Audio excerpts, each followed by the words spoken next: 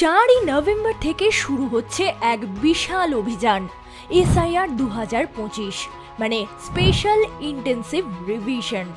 নামটা যতটা শান্ত শোনায়, বাস্তবে ততটাই ঝড় তুলেছে বাংলার রাজনীতিতে। এই এক মাসের মধ্যে ঘরে ঘরে গিয়ে ভোটার তালিকা যাচাই হবে, আর সেখানেই শুরু বিতর্কের। 2002 সাল এমন এক বছর যাদের নাম বা তাদের বাবা মায়ের নাম 2002 এর ভোটার লিস্টে আছে, তাদের কোনো কাগজ দেখাতে হবে না।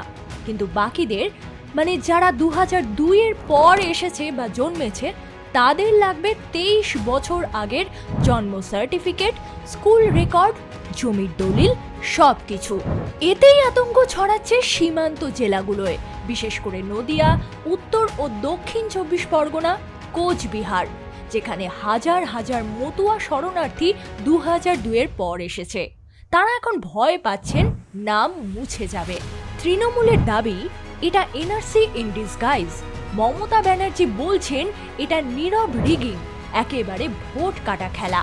আগামীকাল রেড রোড থেকে জোড়াসাঁকো পর্যন্ত মেগা মিছিল নিয়ে নামছেন তিনি। প্রত্যেকটি ব্লকে খোলা হয়েছে এসআইআর হেল্পলাইন। দলীয় কর্মীরা গ্রামে গ্রামে ক্যাম্প করছে। অন্যদিকে বিজেপি বলছে এটাই ইনফিলট্রেটর ধরার ওষুধ। সিএএ ক্যাম্পও চলছে পাশাপাশি। বার্তা স্পষ্ট, হিন্দু শরণার্থী নিরাপদ, বাকিদের সাবধান। কিন্তু গ্রাউন্ড রিয়েলিটি তো অন্যরকম। গত 7 দিনে 8 জনের মৃত্যু।